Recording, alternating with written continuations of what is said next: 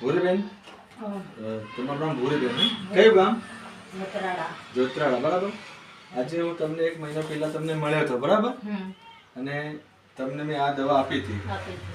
એક સુપરબેરી આપી હતી, એક વાઇટલ ડ્રિંક આપી હતી બરાબર. શું તકલીફ હતી પહેલા તમારે?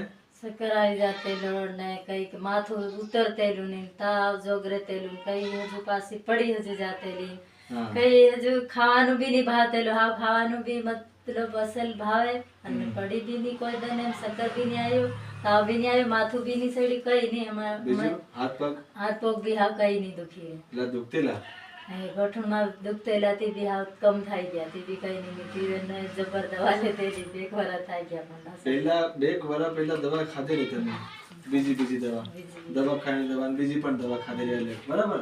અરે હંમેશા મહિનો 15 દિન બાટલો ચડાવું, 13 દસલ રહેતેલી. હમણે કઈ નથી, ગોળી બી નહીં. 15 દિવસ મહિનો થાય એટલે તમારે બાટલો ચડાવવો જ પડે એમ. આ દવા વાપરવાથી તમારી કમજોરાઈ, ચક્કર આવતેલું, ખાવાની ખવાતેલું, હાથ પગમાં કળતેલું, દુખતેલું, એ બધું સારું થઈ ગયું. બધું સારું થઈ ગયું. કેટલા દિવસ આપણે કદાચ મહિનો જેવું થયું છે બરાબર ને? હમણાં ખેતરમાં બધું કામ આરામથી કરી શકો કે? આરામથી કરી રહ્યા. બરાબર.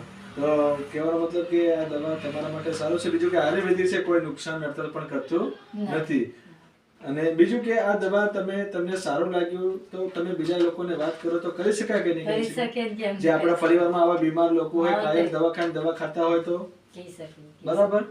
તો સારો વાંધો નહીં, આ દવા જબરજસ્ત સારી છે. બીજા લોકોને વાત કરવાની, એ લોકોને પણ જે તકલીફ માંથી બહાર આવે બરાબર. જય જય જય.